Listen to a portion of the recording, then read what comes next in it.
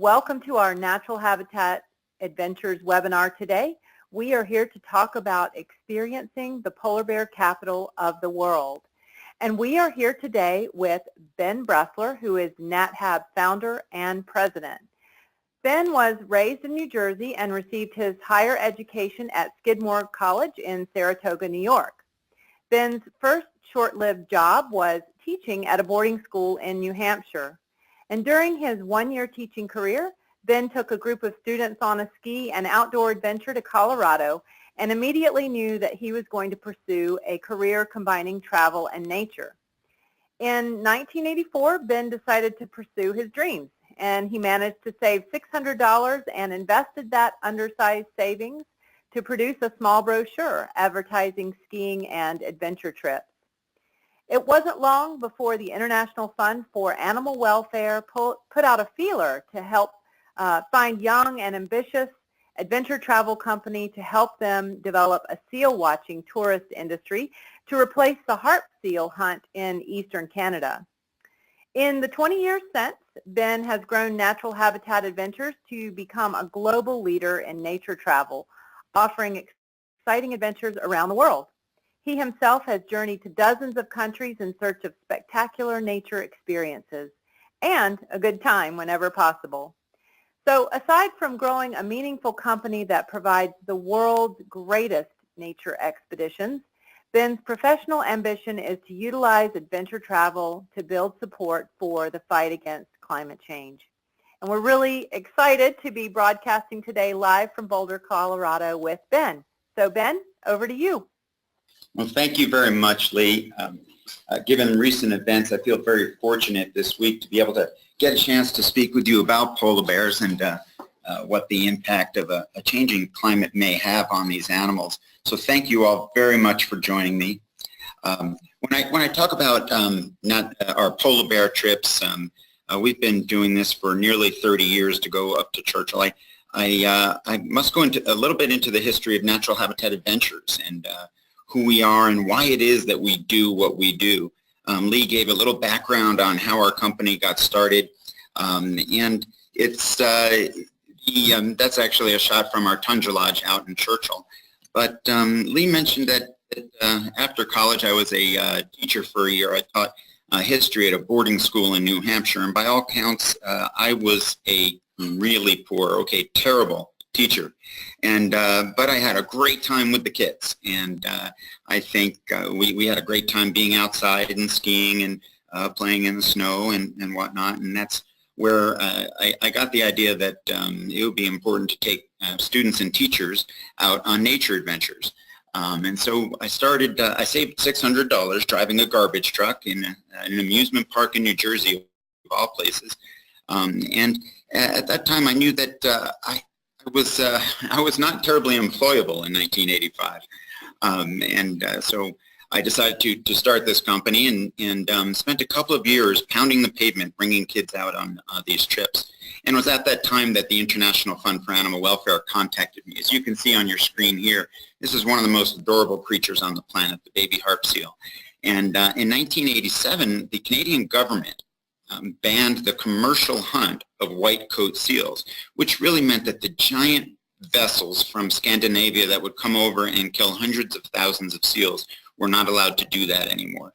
There was still a landsman hunt and some hunting going on, but the major hunt was ended, which was an incredible achievement for an animal welfare organization. But they also knew that they needed to replace the seal hunting income for the locals. You can't just take away people's livelihoods. So the International Fund for Animal Welfare contacted me and some others to try to get a seal watching tourist business going. And I was psyched, and this was right up my alley. So started to bring people out to go see these baby seals, and we chartered helicopters and flew all over the Gulf of St. Lawrence and created this incredible industry working with locals, hiring hunters.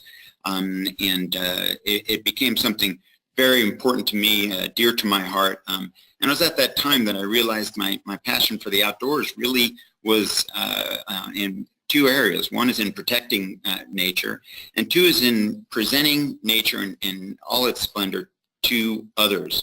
Having the opportunity to fly out to see these incredible furry white creatures with folks from all over the world who had donated $10 or $20 or $30 a year to help protect these animals.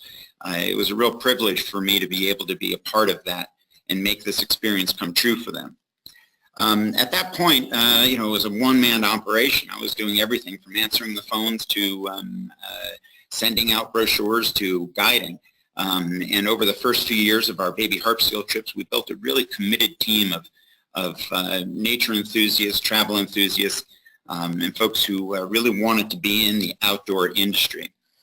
So we built the company up to maybe a dozen folks or so. And at that point, after our first year in 1987, out to see the baby Harp Seals, we realized it's time to go and expand and go see some of the other planets, some of the other great sites on the planet, the great nature sites, such as that next year we added the grizzly bears of Brooks Falls in Alaska. We added the Masai Mara as a destination that same year, the Galapagos Islands, and of course the polar bears of Churchill, which became sort of the poster child for natural habitat adventures, and the polar bear being really the symbol of the fight against climate change. At this time, I'm going to get into our polar bear watching trips and tell you and show you what it's like to go on these sort of trips. But to start, I want to show you a few-minute video, which I think will do a nice job of giving you an idea of what the experience is.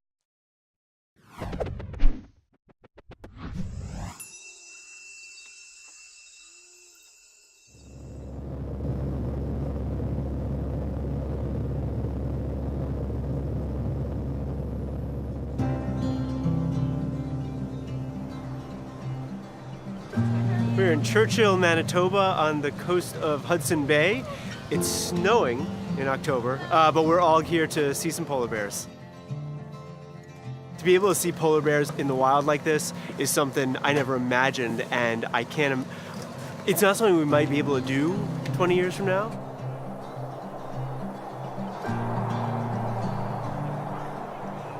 I've wanted to be here for years, so I'm glad that before I'm too old, I'm able to get to see one, at least one.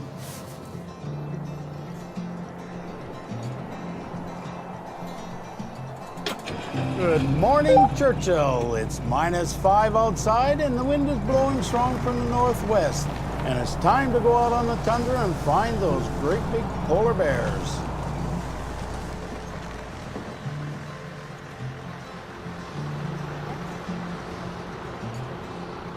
Remember when I first saw a polar bear for the first time. I mean, it was just such an emotional experience, and I love to see people get excited like that. It's my favorite part of the job.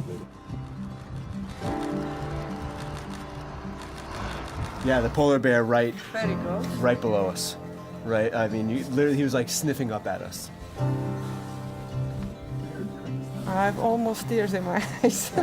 It's even difficult to say it in my language, so then to say it in English, it's unbelievable. For years and years, I wanted to come here, and I'd fold down the pages in the catalogs about the trips for like 10 years, and then finally did. And on the plane, the flight attendant probably thought I was nuts because I had a tear coming down when we landed, you know. And now just seeing my first polar bear, tears all over again.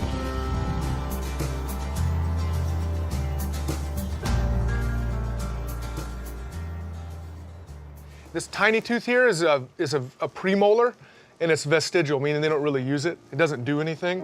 It's just kind of maybe left over from their ancestors. Polar bears are facing a tremendous number of threats, and it's going to be a long shot for us to keep them alive. The climate's warming, and it's our fault. It's happening too fast for the polar bears to adapt. Natural Habitat Adventures, one of our priorities as a company is to continue to raise the bar on conservation across the industry. Cutting edge information technology, research that's being done on animals like polar bears to help further conservation into the future. So our work on climate change and species involves looking at the vulnerability of a species and then developing interventions based on the vulnerabilities that we identify. The biggest thing with the polar bear is habitat specialization. It's an ice specialist, and it's just losing its habitat. So Arctic sea ice is declining at a rate of probably around 5% per decade. Increasingly, we're seeing more and more bears spending more time on land for longer than they used to. And that obviously results in human-wildlife conflict. By creating a value for that wildlife, it's an incentive for the communities to help conserve that wildlife as well.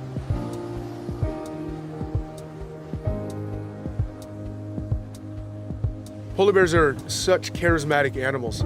They're easy to fall in love with, and they're easy to get attention from people. Polar bears are an umbrella species.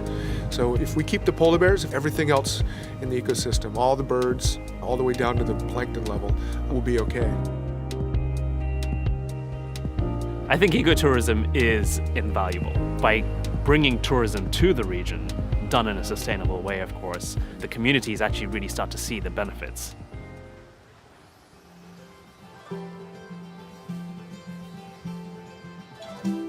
I think this is the perfect place for people to really build a connection with bears. If you see them up close, learn about them, and get an appreciation and a love for them. So when they go home, they can be ambassadors for the bears to the rest of the world. I think it's worth people seeing this and understanding the Arctic a little bit. It changes you, I think, when you have certain kinds of experience in nature. For the better. You grow. The people that come to visit take a little piece of this place home with them. And when you take a piece of something like this home with you in your heart, you're more likely to make choices to benefit those things, even if it's very far away.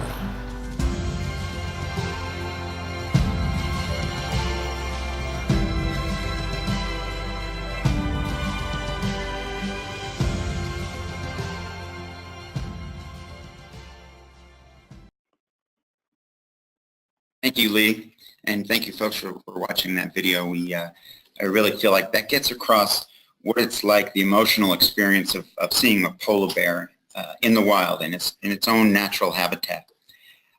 You would see that the polar bear business in Churchill has become very important. This image that you have up here on the screen is one of the old yellow school buses, and I want to point out that polar bear watching has come a long, long way from the late 80s when we first started going out there.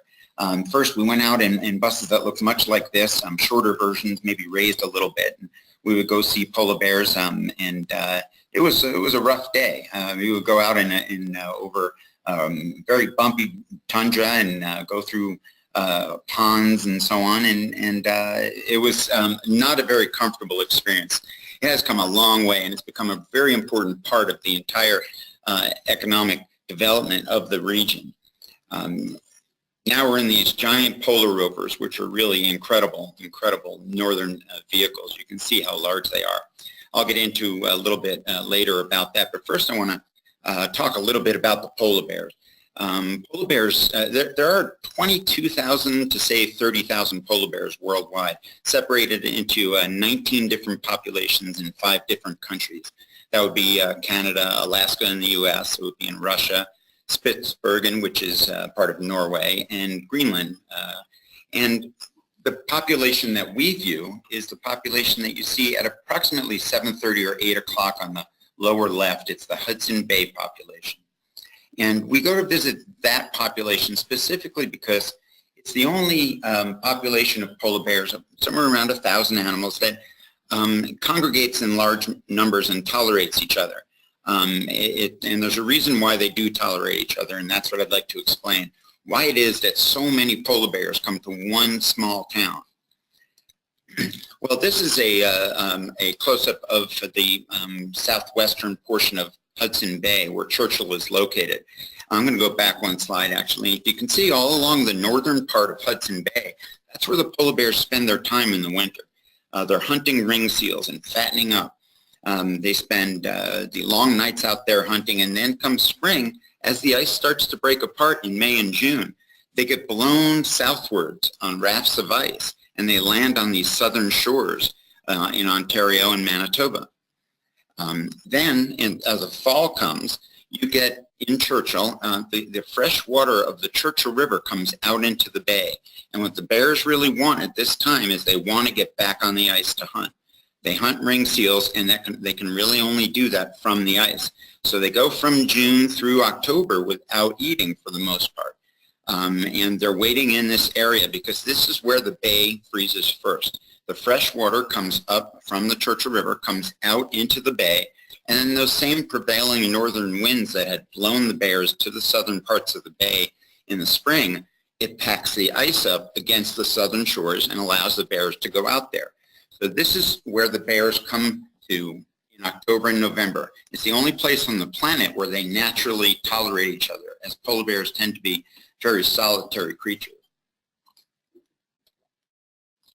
So as the polar bears wait for the ice to form, so do we. This is Annie, one of our expedition leaders, and I'm going to get into now to tell you a little bit about how our polar bear trips work. We start in Winnipeg, which, as you saw on the other map, is Winnipeg's about 1,000 miles north, 850 miles north of northwest of Chicago. And we stay at the Hotel Fort Garry, which is sort of a chateau design, like the Park Plaza Hotel in New York. A beautiful old railroad hotel. It's a really great experience. And it's there that we have our orientation dinner with our expedition leader and get to know each other. So we have about approximately 15 guests on every trip with an expedition leader and a driver. Our expedition leader meets us in the Hotel Fort Garry, and we have our orientation dinner, and he or she tells you how to prepare. They also get you set up with these parkas and boots because it can be very cold up in Churchill, but as long as you're prepared, everything's great. And so we provide all these boots and parkas for you, and you get to bring them up there. The next day we get on our bus right at the hotel, and we go straight to the charter airport where we take our bus right up to the plane. And this is pretty important because we have much more control of how to get in and out of Churchill. It's 1,000 miles to Churchill, and with weather as it is, we don't want to sit around in airports all day. So we have control. We go pretty early in the morning. We're on our flight by 9 a.m., and so we'll end up with the whole day in Churchill rather than waiting at the airport. When we arrive in Churchill, we usually explore a bit. Often we'll see bears outside of town on the tundra from our bus and just get a lay of the land. Now, Churchill itself is an incredibly interesting area. Churchill came to fame as a fur trading post in the 16 and 1700s. Matter of fact, the Hudson Bay Company built a trading post there, and that's what became the town of Churchill. At that time, it was a center of conflict between English, or a center of conflict between English and French. We'll actually get a chance to see the Fort Churchill, which is on the edge of town, which still exists today. In Churchill, we stay in very simple motels, nothing like the Hotel Fort Garry, but they're simple and clean, and that's all we need because we're heading out to the tundra to see bears.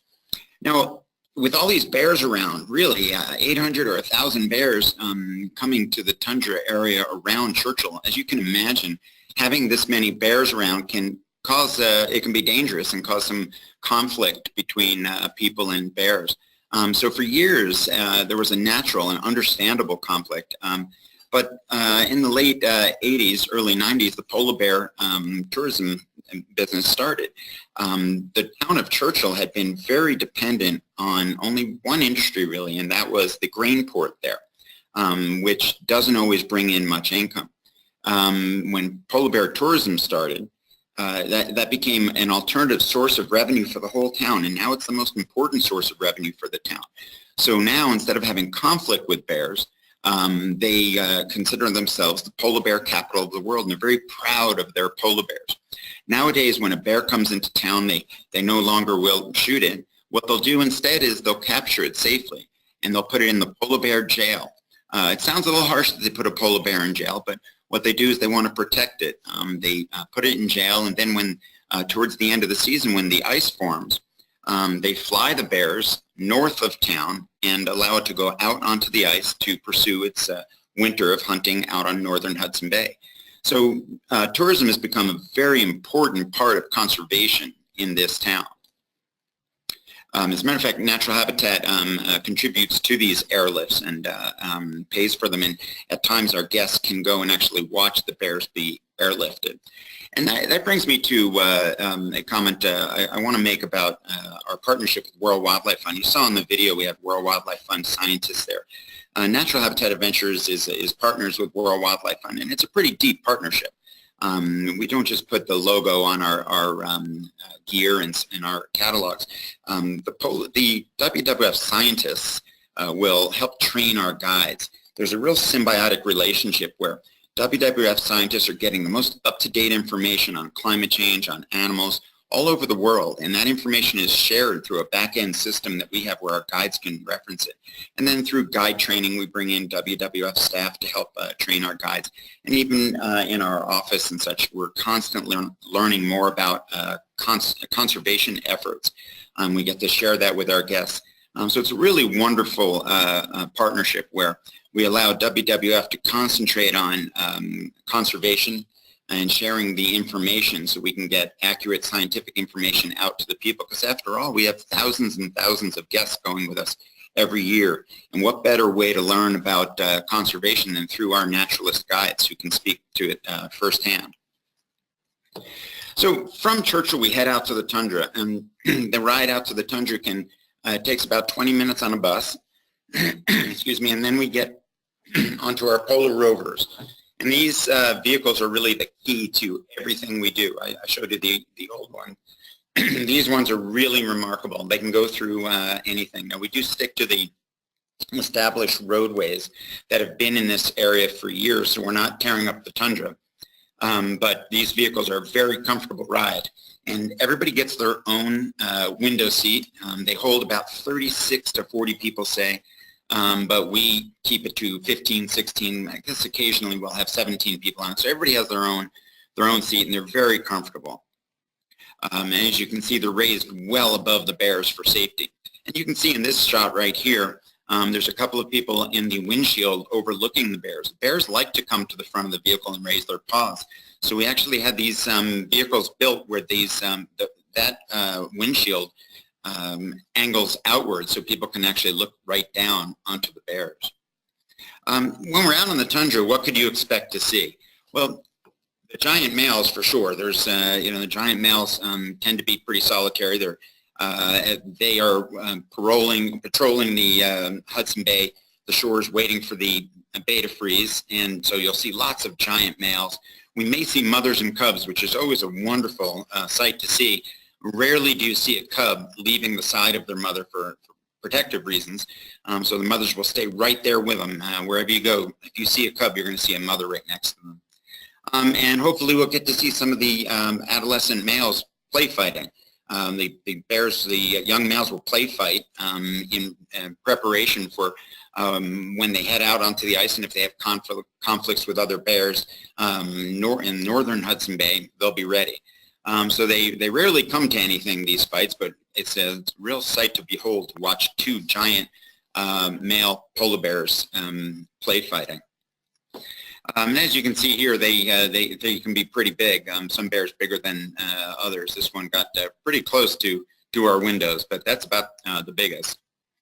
The vehicles themselves are, as I said, really remarkable. One feature that I want to point out is on our back platforms, we've installed mesh steel. Polar bears love the smell of rubber, so you'll often find them go underneath our vehicles as we're sitting there still. They want to go under there to smell the hoses and the oil and such. They love the smell of that stuff. So we built platforms on the back that are mesh seal that we can see through. The bears will come under there, and you got to remember, most of us are wearing rubber-soled boots. I brought my son when he was 8 years old up to the polar bear trips, and he was standing on the back, and a giant male bear came up and lifted his paws and started sniffing his boots through the mesh flooring, and then actually put his tongue through and started licking my son's foot.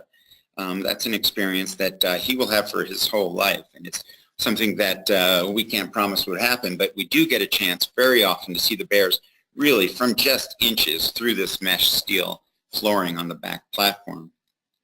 I've got some other images of that.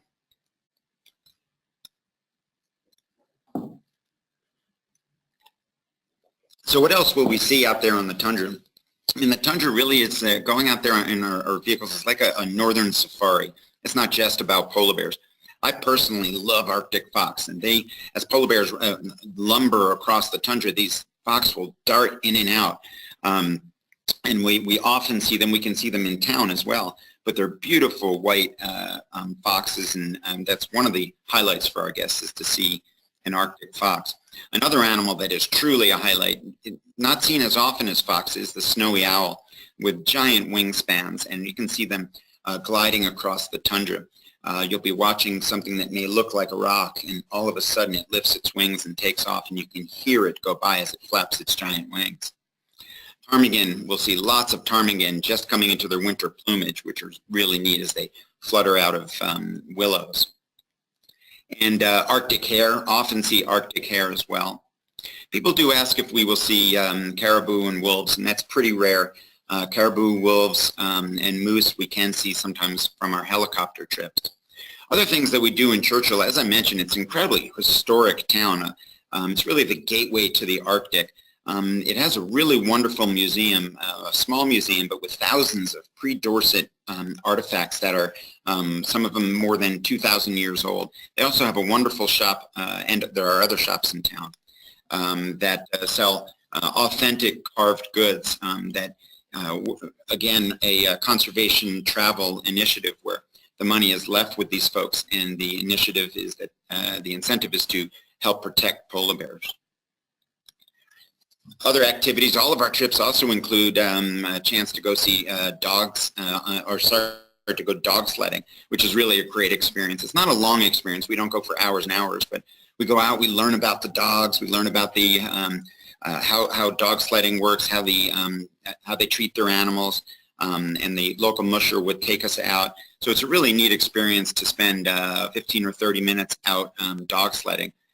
Most of our guests really appreciate animal life, of course, and so just getting a chance to meet the dogs is a great experience. And then I mentioned helicopters.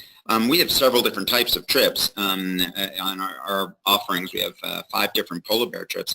On one of them, we actually include going out to the denning area, but on all of our polar bear trips, you have the option to go on these hour-long trips to go fly over the tundra, which is a really beautiful sight because Manitoba has over 100,000 lakes, and from the ground it looks like we're on terra firma, but once you get up into the air you realize how much of the entire tundra area is water.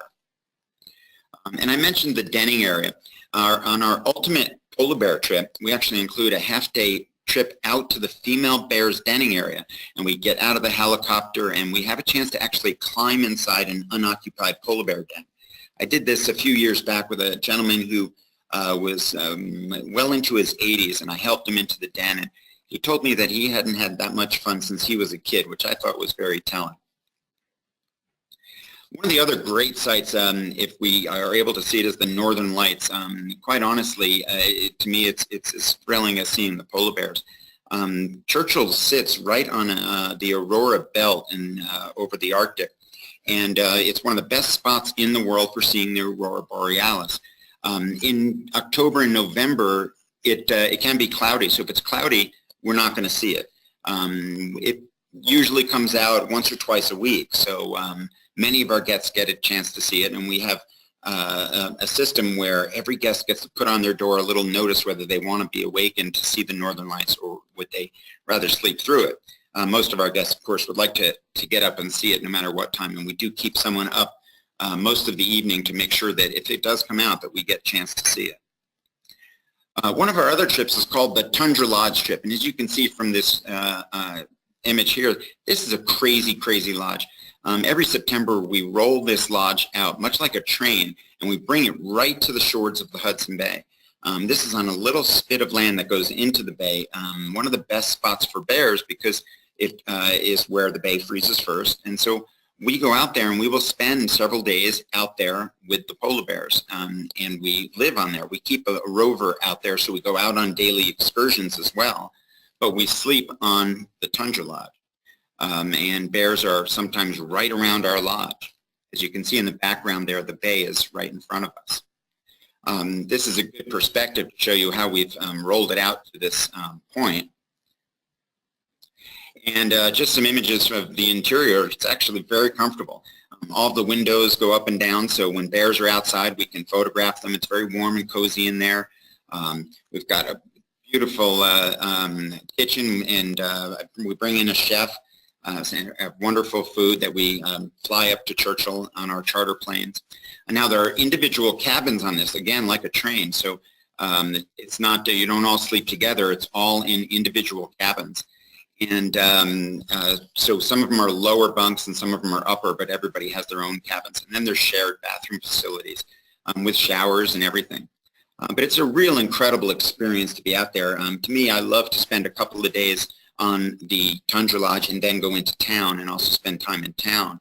To be on the Tundra Lodge with the wind whipping and you know, the sounds of the Arctic, and you look outside in the middle of the night and see an Arctic fox go by is really quite an experience.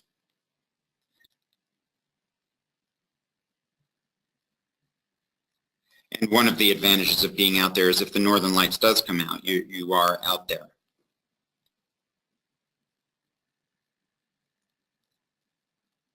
So as I mentioned, we have several different types of trips, 6, 7, and 8 days. Some of them are more photography oriented, although of course all of them are photography oriented to a degree. Some of them include that helicopter flight out to the female bears denning area. Some of them include time out at the Tundra Lodge, and others are in town. Our classic polar bear trips, which is the most popular ones, are 6 and 7 day longs. They include 2 days out on the tundra, plus we actually go out in our rovers one evening as well, hoping to see the Northern Lights, and also just get a chance to see the bears and their activity at night. So those are our offerings, and I would encourage you to go online to www.nathab.com and go to our polar bear trips, and you'll see a whole list of the different options that we have. We do still have some scattered space available for this year. At this point, I want to hand it back over to Lee and see if any of you wonderful folks have any questions. Well, thank you, Ben. Yes, indeed, we do have some questions here, and would encourage our audience members, if you have questions for Ben, now would be the time to send those in. So just go ahead and send those in through the question box over on the right, and we will be reading those aloud on your behalf. So there's a question here, Ben, about access into different areas. And the question is, tell us about permits you have to access special areas, maybe that other tour companies can't go into, and how you can use those to see more bears. Well, there's where the bears are is the wildlife management area. And you need permits to go in there, and we've got those permits, obviously. So you've got to get to a place where we call the launch, and that's where we take our bus to. And then at the launch, we get onto our polar rovers. And from there, you need special permits to go into the wildlife management area, which is the area around our Tundra Lodge and where the bears congregate. Of course, bears can be anywhere. They can come into town. They can be near the airport. It's just we need to give ourselves the best chance to see bears, and to do that, you do need these wildlife management area permits. Okay. Thank you. You mentioned taking your son. There was a question here about whether there are any age restrictions for your travelers. There's really not. We actually have this year, for the first time, we've created family polar bear trips, or family trips to Churchill, we like to call them. We did that for one reason. We really feel it's important to teach the next generation of citizens of the planet what it means to see a polar bear and what it means to protect a polar bear. And once you get out there and see a bear, you're going to be a big fan. So we feel that we want to get as many kids out there as possible. Of course, October and November is a tough time because there isn't vacation. So we did add 3 trips over Thanksgiving. So we've got 45 spaces, I believe. 35 are taken right at the moment. We just introduced this maybe a month or 2 ago. And so there is some space there that if you have family that wants to go, that would be a great time to go. But on our other trips, we do sometimes get children joining. Those parents tend to feel that an experience with the polar bears or out in nature is certainly better than sitting in a classroom. So they're willing to take their kids out of school. In terms of a minimum age, well, we really just ask that the kids behave in a manner where they're interested in animals, because you are on a vehicle for much of the day, and if most parents know whether their kids would be suitable for this type of thing, being around adults. But generally speaking, our guests, our families come now at this November Thanksgiving family departure. Okay, great. Thank you. So what is the maximum group size? It's 16 or 17. There's a few where we have space for 17, but again, our rovers hold 35 to 40 something, but there's seats for that. But we always keep it to 16 or 17. All right. And how long are you out on the tundra each day how long are you out on the tundra each day for those tours that stay in Churchill? Right. So the classic polar bear trips, they go out on the tundra from, you're probably out there around 8:30 to 5. But these rovers are incredible. I mean, they're huge, and we have bathrooms on them with flush toilets. They're really comfortable. We bring wonderful meals. As I said, we bring in our own chefs. And so there's, we have our own kitchen. We have hot meals on board. It's not like a safari drive where you're sitting all day. You're actually can be up and moving and sharing different windows going from side to side. So it is, I'm not one to be able to sit in a safari vehicle all day, but I can easily be on a polar rover all day. Okay, thank you. And are the bears so plentiful in that area that you pretty much see bears every day of the trip? There have been, since 1988, there was one group that did not see bears, and they were out for 2 days there, and that was a couple of years ago. That was just bad weather. So we have literally run thousands of groups, and only that one time missed seeing bears. So it's very, very unlikely that we'll miss them. There were a couple more times where we didn't see bears for a single day within a trip. But we will see bears. This is the only place that they will come together in large numbers and wait. Mm-hmm. Okay. What about if you want to really optimize your experience to see all of the animals that you talked about today, when would be the best time to go to really see everything? Well, that's a good question. So the season changes every year. So we have some times where the beginning of the season is snowy and frozen, and then it warms up. The snow may turn to mud, and then it doesn't freeze again until all of our guests have left. There are other times where the season's late and it doesn't snow until November. And in terms of seeing all the different wildlife, when you go and there's no snow, there's the beautiful colors of the tundra. You can see Arctic fox, and you see a lot of the animals that are in their white plumage because it contrasts with the brown and red ground. So that might be an answer to, if you really want to see all of the different species, a little earlier might be better. As you go further into the season, sometimes there's more bears because they're coming more ready to jump on the ice when it forms. On the other hand, it could be that the ice has already formed and some of the bears have left. So every year it changes is pretty much the answer. We never can tell when is going to be the best time. But I will say that probably the best chance to see the most species is to do one of our classic polar bear trips, so you can be in town and be out on the tundra. Because the ride in and out, we see a lot of different things. And then over by Cape Mary, where the fort is, we often see Arctic fox there, even if we don't see them out on the tundra. Okay, thank you. So we have quite a few photo enthusiasts with us. What is the best trip to take to get better polar bear photos, possibly eye level? Well, eye level is a little tough because if you photograph a polar bear eye level, it's likely the last photograph you'll take. But I would recommend that we have specific polar bear photo tours. And the advantage of those is we tend to spend a little more time out on the tundra. And we always, the leader is always a highly skilled photography instructor, really understands the shooting white bears on white snow, that sort of thing. What I would recommend you do is call our toll-free number and talk to, right in the office here, we've got one of our expedition leaders is also in the office, and he's a photography leader. He's our photo expert, and just call here and talk to him, and he'll help happily send you in the direction of the right trip for what it is that you want for your photography, because everyone has different needs. But the toll-free number is on our website. It's 800-543-8917. Just give us a call and ask for Cord. Great, thank you. So just a couple more questions here.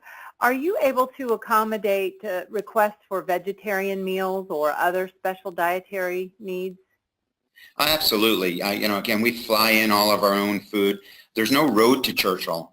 There's the train, but there's no road. So we have our flights come in every day, our big charter planes. We fill them with all sorts of food. Absolutely. Many of our guests are vegetarians or have special dietary needs. Okay. And we have several solo travelers listening in today, wondering if there is a limitation put on how many solo travelers could be on a trip. Well, we have a limitation on numbers of rooms. It's a very small town.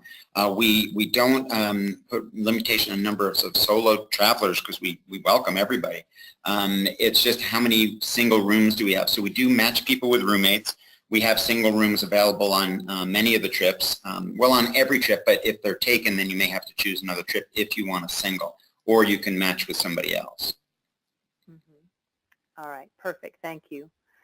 Okay, so I think I will stop there and give you a few minutes to share anything else with us that you might like to share before we say goodbye to everyone, Ben. Well, I thank you, Lee, and thank you all for listening. I really do encourage you to take advantage of this experience. This is really something that's changed my life. Seeing polar bears in their own natural environment has been so important to me over the last 30 years, and I encourage you to take a look at, given what's happening on our planet and politically, I would say that this is the time to go up and take a look at these animals and come home. I feel confident that you'll return feeling very tied to these beautiful creatures. Thank you, Ben, and my thanks as well to everyone for being here with us today. We did record, and we will get the replay out to all of you so that you can enjoy it again or perhaps share it with friends and family. And with that, we will conclude our webinar. Goodbye, everyone.